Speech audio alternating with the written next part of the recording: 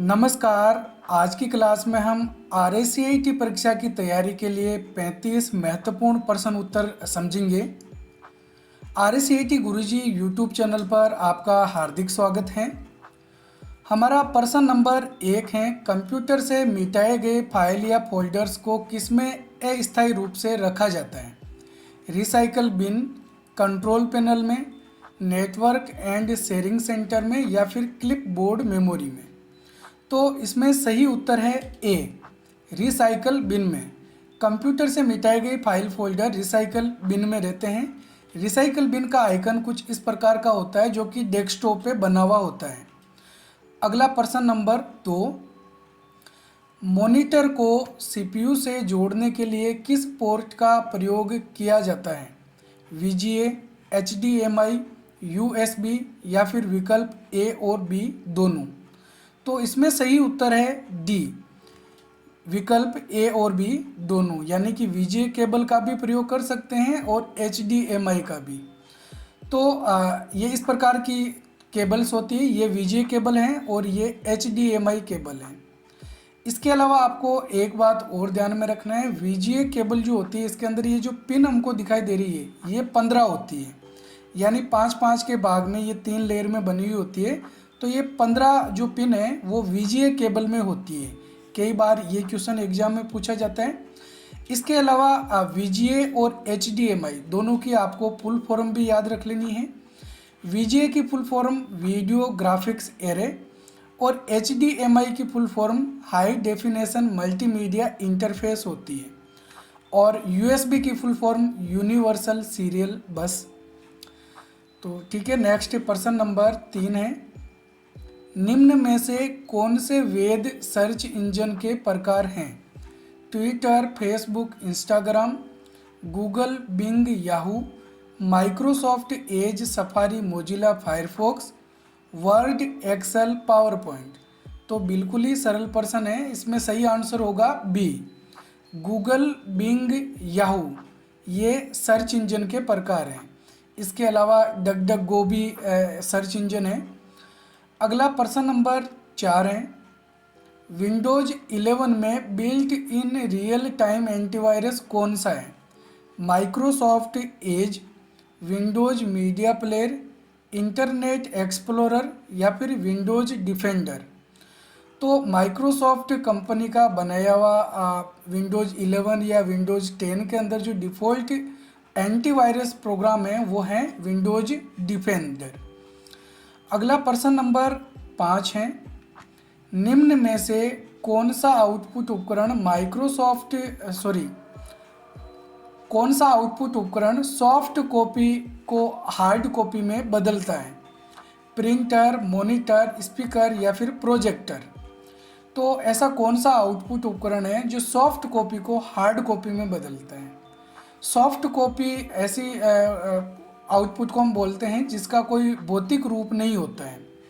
Printer, monitor, speaker या projector? तो इसमें सही उत्तर होगा ए, प्रिंटर। प्रिंटर जो है वो सॉफ्ट कॉपी को हार्ड कॉपी में बदलता है, यानी कि यहाँ पे ये जो चारों आउटपुट उपकरण दे रखे हैं इनमें से ये तीनों उपकरण सॉफ्ट कॉपी देते हैं और जो प्रिंटर है वो हमको हार्ड कॉपी देता है। जब भी हमको आउटपुट मिलता है तो सबसे पहले मॉनिटर पे दिखाई देता है जो कि सॉफ्ट कॉपी के रूप में होता है। अगर हम उसको प्रिंट करना चाहते हैं तो प्रिंटर के द्वारा प्रिंट करेंगे, वो एक हार्ड कॉपी के रूप में हो जाता है। अगला प्रश्न नंबर 6 है, एक साथ जुड़े कंप्यूटरों के संग्रह को क्या कहा जाता है? नेटवर्क, मीटिंग, टीम या फिर ग्रुप? तो एक साथ काफ़ी सारे जो कंप्यूटर जुड़े हुए होते हैं, इन कंप्यूटरों के संग्रह को, इन कंप्यूटर के समूह को हम क्या बोलते हैं? नेटवर्क। तो ए इसमें सही आंसर होगा।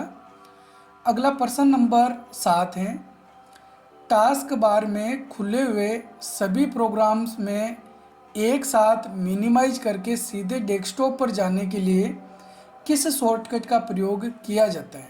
Ctrl+D, विंडो की +D, Alt+M या फिर विंडो की +L? तो अगर हम कई सारे टास्क बार पे सॉफ्टवेयर ओपन करके रखते हैं और हमको सीधे डेस्कटॉप तक पहुंचना है तो इसकी शॉर्टकट कुंजी होती है विंडो प्लस डी, तो बी इसमें सही आंसर होगा। और अगर हम कंप्यूटर को लॉक करना चाहते हैं तो इसके लिए विंडो एल कुंजी का प्रयोग भी कर सकते हैं।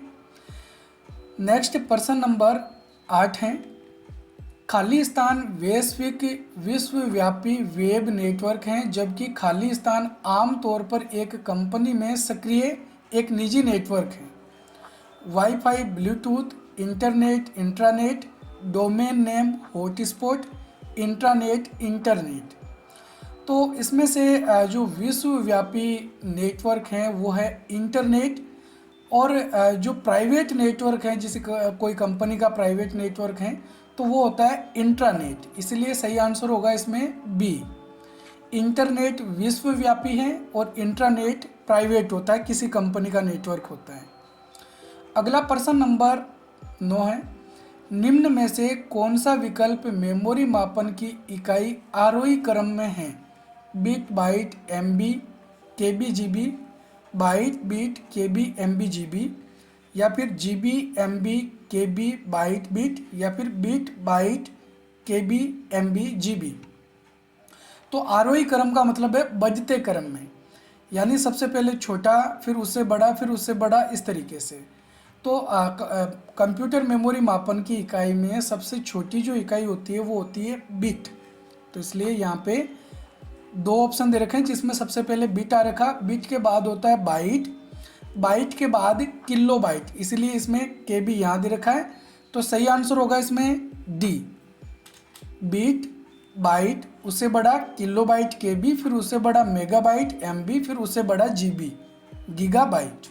ठीक है, यहाँ पे नेक्स्ट प्रश्न नंबर 10 है, निम्न में से हटाई गई ईमेल को किस में रखा जाता है? सेंड, ड्राफ्ट, स्पैम, या फिर ट्रेस वाले फोल्डर में, जिसको बिन भी कहा जाता है। तो इसमें सही उत्तर होगा डी, ट्रेस। ट्रेस या फिर बिन लिखा हो सकता है, इसके अंदर डिलीट की हुई फाइल ईमेल्स को रखा जाता है। अगला प्रश्न नंबर 11 है, ऑडियो डेटा को कंप्यूटर में इनपुट करने के लिए किस उपकरण का प्रयोग करते हैं? स्पीकर, माइक्रोफोन, स्कैनर, या फिर जॉयस्टिक। तो आवाज़ इनपुट करना है, ऑडियो इनपुट करना है, तो इसके लिए हम जो उपकरण काम में लेते हैं वो होता है माइक्रोफोन। इसलिए सही आंसर होगा इसमें बी, माइक्रोफोन का प्रयोग आवाज़ इनपुट करने के लिए करते हैं और आवाज़ आउटपुट करने के लिए स्पीकर का प्रयोग किया जाता है। अगला प्रश्न नंबर 12 है, निम्न में से कौन सा ऑनलाइन क्लाउड स्टोरेज का उदाहरण है? Google Drive, OneDrive, Dropbox, Amazon, Flipkart, Snapdeal, Gmail, Outlook mail, Hotmail, या फिर हार्ड डिस्क ड्राइव, रैम और रोम। तो इसमें सही उत्तर होगा A, Google Drive, OneDrive, Dropbox. ये क्लाउड स्टोरेज के उदाहरण हैं। क्लाउड स्टोरेज ऐसे स्टोरेज को कहा जाता है जो कि ऑनलाइन होता है, जिसके अंदर हम ऑनलाइन अपनी फाइल या फोल्डर्स को सेव करके रख सकते हैं। अगला प्रश्न नंबर 13 है, NSDL वेबसाइट मुख्य रूप से किससे संबंधित हैं? Aadhaar card, voter card, PAN card, या फिर पासपोर्ट। तो NSDL जो वेबसाइट होती है वो मुख्यतः पैन कार्ड बनाने या पैन कार्ड में कोई संशोधन करने के लिए होती है। नेक्स्ट प्रश्न नंबर 14, वाईफाई का पूरा नाम क्या है? Wireless feature, wireless Fidelity, wireless factory, या फिर वायर फायर। तो इसमें सही उत्तर है बी, वायरलेस फिडेलिटी वाईफाई का पूरा नाम होता है। अगला प्रश्न नंबर 15, MS वर्ड में Alt+F4 शॉर्टकट का प्रयोग किस लिए किया जाता है? नई फाइल खोलने के लिए, MS वर्ड से बाहर निकलने के लिए, फाइल को सेव करने के लिए, या फिर पेज ब्रेक लगाने के लिए। तो बिल्कुल ही सरल प्रश्न है। Alt+F4 शॉर्टकट कुंजी का प्रयोग हम किस लिए करते हैं? ज़्यादातर जो भी प्रोग्राम हमने ओपन कर रखा है उसको बंद करने के लिए, यानी उस प्रोग्राम से बाहर निकलने के लिए। इसलिए इसमें सही आंसर होगा बी, MS वर्ड से बाहर निकलने के लिए। इसके अलावा डेस्कटॉप पे जब हम Alt+F4 दबाते हैं तो इससे हम कंप्यूटर को शट डाउन भी कर सकते हैं। नेक्स्ट प्रश्न नंबर 16 है, NVSP पोर्टल के द्वारा निम्न में से कौन सी सेवा प्रदान की जाती है? मतदाता सूची में नाम खोजना, वोटर कार्ड में संशोधन करना, नए वोटर कार्ड के लिए आवेदन करना या फिर उपरोक्त सभी।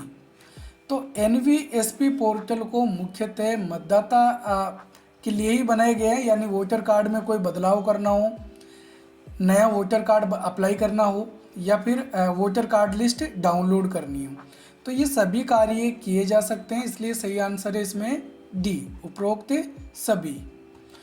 अगला हमारा प्रश्न नंबर 17 है, MS एक्सेल 2019 में टेक्स्ट के शुरू या अंत में और शब्दों के बीच में अतिरिक्त स्पेस को हटाने के लिए किस फंक्शन का प्रयोग करते हैं? अपर, लेन, ट्रिम या फिर सन। तो इसमें सही उत्तर है सी, ट्रिम।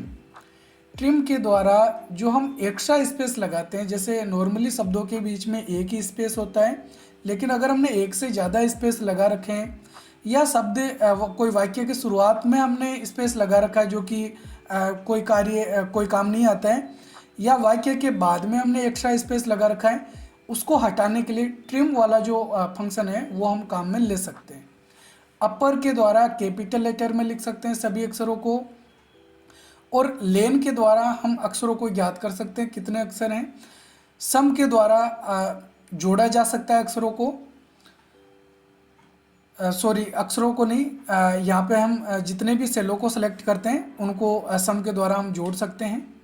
अगला प्रश्न नंबर 18 है, MS एक्सेल 2019 में हेज कब प्रदर्शित होता है? गलत फॉर्मूला लगा हुआ है, फंक्शन के शुरुआत में बराबर नहीं लगा है, परिणाम बड़ा होने के कारण सेल में प्रदर्शित नहीं हो सकता है, या फिर परिणाम ज्ञात नहीं किया जा सकता है। तो हेज हमको कब दिखाई देता है? जब सेल के अंदर जो टेक्स्ट लिखे हुए हैं वो इतने बड़े हैं कि सेल में प्रदर्शित नहीं किए जा सकते हैं। तो सही आंसर होगा इसमें सी, परिणाम बड़ा होने के कारण सेल में प्रदर्शित नहीं हो सकता है। अगला प्रश्न नंबर 19 है, निम्न में से कौन सी जानकारी आधार कार्ड से जुड़ी नहीं है? व्यक्ति का नाम, फोटोग्राफ, फिंगर या आइरिस स्कैन, CVV नंबर। तो इसमें सही उत्तर है डी, CVV नंबर। ये जो हमारा ATM कार्ड होता है उसके पीछे 3 अंकों के नंबर होते हैं CVV नंबर, तो ये कोई आधार कार्ड से जुड़े हुए नहीं है। अगला प्रश्न नंबर 20 है, निम्न में से कौन सी मेमोरी वोलेटाइल मेमोरी होती है? PROM, EPROM, विकल्प A और B दोनों, या फिर इनमें से कोई नहीं। तो वोलेटाइल मेमोरी ऐसी मेमोरी को कहा जाता है जो अपनी याददाश्त खो देती है, यानी कि उसके अंदर डेटा तभी तक रह सकता है जब तक कंप्यूटर ऑन होता है। कंप्यूटर बंद होने के बाद उस मेमोरी में रखा हुआ डेटा मिट जाता है। तो जैसे रोम जो होती है, जैसे PROM, EPROM, तो ये डेटा को तब भी सेव करके रखती है जब कंप्यूटर बंद हो जाता है। PROM का मतलब होता है programmable read only memory, EPROM का मतलब होता है erasable programmable read only memory. तो इन मेमोरी के अंदर डेटा कंप्यूटर बंद होने के बाद भी सेव रहता है, इसलिए ये वोलेटाइल मेमोरी नहीं है। तो इसमें सही आंसर होगा डी, इनमें से कोई नहीं। अगला प्रश्न नंबर 21 है, मेमोरी इकाई में 8 बिट के समूह को क्या कहा जाता है? बाइट, रिकॉर्ड, निबल या फिर किलो बाइट। तो 8 बिट का जो समूह है वो बाइट कहलाता है, और 4 बिट का जो समूह है वो निबल कहलाता है। ठीक है, यहाँ पर आप इस लिस्ट में देख सकते हैं 1 बिट यानी जिसको बाइनरी डिजिट भी कहा जाता है, 4 बिट यानी 1 निबल, 8 बिट यानी बाइट, और 1024 बाइट यानी 1 KB किलो बाइट, 1024 KB यानी 1 मेगाबाइट। तो आप इसको नोट करके ज़रूर रख लें, और आपको GB TB तक तो कम से कम याद ही होनी चाहिए। आजकल के कंप्यूटर में नॉर्मली TB तक की जो स्टोरेज है, हार्ड डिस्क है या SSD हैं, वो यूज की जाती हैं। नेक्स्ट प्रश्न नंबर 22 है, निम्न में से कौन सा एक प्रकार का पैराग्राफ अलाइनमेंट है? पोर्ट्रेट, इटैलिक, इंडेंट या जस्टिफाई। तो पैराग्राफ के अंदर जो अलाइनमेंट हैं वो मुख्यतः 4 प्रकार के हैं। Align text left, right, centre और जस्टिफाई। तो इसमें सही आंसर क्या होगा? T, justify. पोर्ट्रेट और लैंडस्केप, ये पेज के जो ओरिएंटेशन है वो होते हैं इटालिक शब्दों को तिरछा करने के लिए, और इंडेंट जो होता है वो लेफ्ट साइड में, राइट साइड में स्पेस को घटाने बढ़ाने के काम आता है। अगला प्रश्न नंबर 23 है, जीमेल के द्वारा 25 MB से बड़ी अटैचमेंट फाइल भेजना हो तो क्या करना होगा? फाइल को BCC में संलग्न कर सकते हैं, मोजिला फायरफॉक्स की जगह गूगल क्रोम ब्राउज़र का प्रयोग करें, गूगल ड्राइव लिंक का प्रयोग कर सकते हैं, जीमेल में 25 MB से बड़ी फाइल नहीं भेज सकते। तो ध्यान में रखना है, वैसे 25 MB से बड़ी जो फाइल हैं वो अटैच करके नहीं भेजी जाती हैं, लेकिन क्योंकि हम जीमेल का प्रयोग कर रहे हैं तो यहाँ पे 25 MB से बड़ी फाइल को भी भेज सकते हैं, लेकिन वो फाइल गूगल ड्राइव के अंदर सेव हो जाती है। गूगल ड्राइव एक क्लाउड स्टोरेज होता है, तो उसमें सेव हो जाती है और उसका लिंक शेयर कर दिया जाता है। हालांकि जब हम कोई फाइल अटैच करते हैं ईमेल भेजते समय, तो वो नॉर्मली फाइल की तरह ही हमको दिखाई देती है, इसलिए सही आंसर होगा इसमें सी, गूगल ड्राइव लिंक का प्रयोग कर सकते हैं। तो इसके द्वारा हम 25 MB से बड़ी फाइल को भी अटैच करके भेज सकते हैं। यहाँ पे ध्यान में रखना है, इस एक ही क्वेश्चन में हमको काफ़ी सारी इन्फॉर्मेशन मिल जाएगी। जैसे ईमेल के साथ में भेजी गई फाइल को क्या बोलते हैं? अटैचमेंट बोलते हैं। ईमेल भेजने के लिए मैक्सिमम साइज कितनी होती है? 25 MB की होती है। और BCC की फुल फॉर्म क्या होती है? Blind carbon copy. इसके अंदर जो हम ईमेल एड्रेस लिखते हैं उनको ये नहीं पता चलता है कि मेरे अलावा और किन किन को मेल भेजी गई है। ठीक है, नेक्स्ट प्रश्न नंबर 24, UPI की फुल फॉर्म क्या है?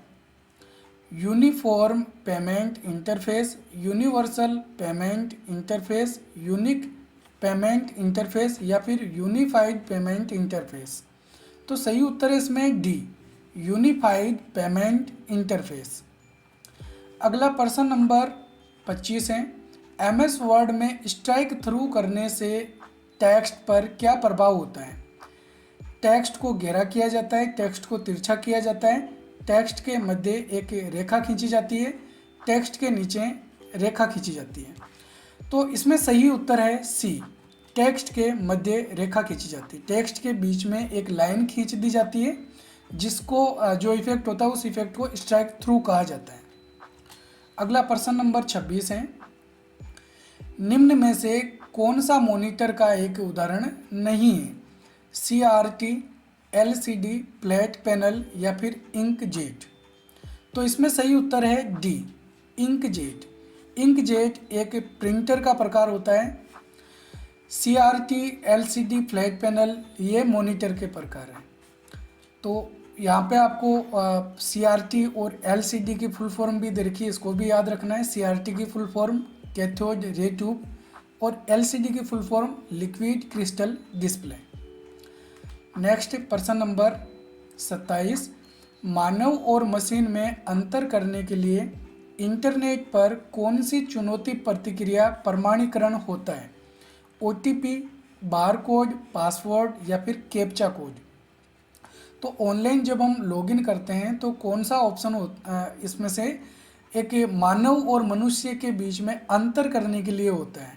तो इसमें सही उत्तर है डी, कैप्चा कोड। जब भी आप लॉगिन करते हैं तो आपने इस प्रकार के कुछ टेढ़े मेढ़े लिखे हुए कैप्चा कोड देखे होंगे। नेक्स्ट प्रश्न नंबर 28 है, निम्न में से कौन सा word processor Windows operating system का भाग है? नोटपैड, वर्डपैड, MS पेंट या फिर इंटरनेट एक्सप्लोरर। तो विंडोज के साथ में जो डिफ़ॉल्ट वर्ड प्रोसेसर सॉफ्टवेयर हमको मिलता है वो कौन सा होता है? वर्डपैड। बी इसमें सही आंसर होगा। हालांकि ये एक बेसिक वर्ड प्रोसेसिंग सॉफ्टवेयर होता है। अगला प्रश्न नंबर 29 है, निम्न में से कौन सा सुरक्षित ब्राउजिंग के लिए अच्छा अभ्यास है? एंटीवायरस न चलाएं, गोपनीयता नीतियों को न पढ़ें, सार्वजनिक या मुफ्त वाईफाई से बचें, सॉफ्टवेयर को अपडेट न करें। तो इसमें सही आंसर है सी, सार्वजनिक या मुफ्त वाईफाई से बचें। ये सुरक्षित ब्राउजिंग के लिए एक अच्छा अभ्यास है। बाकी एंटीवायरस न चलाएं, ये तो हमको चलाना चाहिए, तो ये गलत वाक्य दे रखा है। गोपनीयता नीतियों को न पढ़ें, तो इनको भी पढ़ना चाहिए। और सॉफ्टवेयर को अपडेट नहीं करें, तो सॉफ्टवेयर को अपडेट हमको करते रहना चाहिए ताकि उसमें नए सिक्योरिटी फीचर और ऐड हो जाएं। नेक्स्ट प्रश्न नंबर 30 है, MS पावर पॉइंटर 2019 में स्लाइड शो से बाहर आने के लिए किस शॉर्टकट का प्रयोग कर सकते हैं? माइक्रोसॉफ्ट पावर पॉइंट में यहाँ पे ER हमने ऐड कर दिया, ये नहीं है। माइक्रोसॉफ्ट पावर पॉइंट में स्लाइड शो से बाहर निकलने के लिए हम कौन सी शॉर्टकट का प्रयोग करेंगे? F5, shift plus F5, control M या फिर एस्केप की? तो इसमें सही उत्तर है डी, एस्केप की। हालांकि स्लाइड शो करने के लिए F5 कुंजी का प्रयोग किया जाता है। अगला प्रश्न नंबर 31 है, यदि MS एक्सेल फाइल को ईमेल से डाउनलोड करके खोलते हैं तो संभावित खतरों से बचाने के लिए कौन सा व्यू दिखाई देता है? Page layout view, protected view, public view या फिर एंटीवायरस व्यू? तो जब भी कोई फाइल हम डाउनलोड करके MS ऑफिस की फाइल को ओपन करते हैं तो वो डिफ़ॉल्ट प्रोटेक्टेड व्यू के अंदर होती है। ठीक है, एक्सेल के अलावा वर्ड, पावर पॉइंट, कोई भी फाइल ओपन करते हैं जो माइक्रोसॉफ्ट ऑफिस का भाग है तो वो हमको प्रोटेक्टेड व्यू के अंदर दिखाई देती है। अगला प्रश्न नंबर 32 है, MS वर्ड 2019 में फॉर्मेट पेंटर की शॉर्टकट कुंजी क्या है? Control plus shift plus F, control plus shift plus V, control plus shift plus C या फिर control plus Alt plus V? तो फॉर्मेट पेंटर या फॉर्मेटिंग कॉपी करने की शॉर्टकट कुंजी जो है वो होती है control plus shift plus C। इसमें सही आंसर होगा। और फॉर्मेटिंग को पेस्ट करने के लिए हम control plus shift plus V use करते हैं। हालांकि फॉर्मेट पेंटर पे जब माउस पॉइंटर को लेके जाते हैं तो उसमें हमको केवल कंट्रोल शिफ्ट C शॉर्टकट कुंजी दिखाई देती है। अगला प्रश्न नंबर 33 है, MS एक्सेल 2019 में फॉर्मूला बराबर लेन RSCIT@गुरुजी का परिणाम क्या होगा? 10, 11, 12 या फिर 13? तो लेन जो फंक्शन है वो हम किस लिए काम में लेते हैं? अक्षरों को ज्ञात करने के लिए, अक्षरों की संख्या ज्ञात करने के लिए। तो यहाँ पे कितने अक्षर लिखे हैं? जैसे RSCIT यहाँ पे 5 अक्षर हैं, एक @ यानी कि 6 अक्षर ये हो गए, और गुरुजी के अंदर 6 अक्षर हैं। तो टोटल 6 और 6 कितने हो गए? 12 अक्षर हो गए। इसलिए सही आंसर होगा इसमें C, 12। ठीक है, RSCIT 5 अक्षर, @ 6 और उसके बाद में गुरुजी के ये 6 अक्षर हो गए, तो टोटल 12 अक्षर हो गए। अगला प्रश्न नंबर 34 है, निम्न में से हार्ड डिस्क ड्राइव में डेटा को सुरक्षित करने का सबसे अच्छा विकल्प कौन सा है? Scanning, backup, disk defragmentation, disk cleanup? तो इसमें सही उत्तर है बी, बैकअप। अगर हम हार्ड डिस्क में अपने कुछ फाइल को, अपने डेटा को, ऑपरेटिंग सिस्टम को सिक्योर करके रखना चाहते हैं तो उसके लिए उसका बैकअप ले लेना चाहिए। अगला प्रश्न नंबर 35 है, निम्न में से कौन सा सॉफ्टवेयर का प्रकार नहीं है? मॉनिटर, नोटपैड, ऑपरेटिंग सिस्टम या फिर इंटरनेट एक्सप्लोरर? तो कौन सा सॉफ्टवेयर का इसमें से प्रकार नहीं है? Option A, monitor. मॉनिटर एक हार्डवेयर होता है, ये सॉफ्टवेयर नहीं है। बाकी notepad, operating system, internet explorer ये सॉफ्टवेयर के प्रकार होते हैं। और सॉफ्टवेयर भी आपको ध्यान में रखना है, 2 प्रकार के होते हैं। कौन कौन से? सिस्टम सॉफ्टवेयर और एप्लीकेशन सॉफ्टवेयर। जो कंप्यूटर को चलाने के लिए ज़रूरी होते हैं वो सिस्टम सॉफ्टवेयर होते हैं, और जो यूजर की आवश्यकता के अनुसार या यूजर के द्वारा जो यूज किए जाते हैं वो एप्लीकेशन सॉफ्टवेयर होते हैं। तो ठीक है, ये थी आज की हमारी क्लास। वीडियो आपको कैसा लगा? अगर वीडियो पसंद आए तो लाइक करें और अपने सभी दोस्तों के साथ शेयर करें, और हमें कमेंट करके ज़रूर बताएं आपको वीडियो कैसा लगा। और इसी प्रकार के और नए नए वीडियोस देखने के लिए हमारे चैनल RSCIT गुरुजी को सब्सक्राइब करके रखें। हम मिलेंगे एक और नई वीडियो में, तब तक के लिए जय हिंद, जय भारत।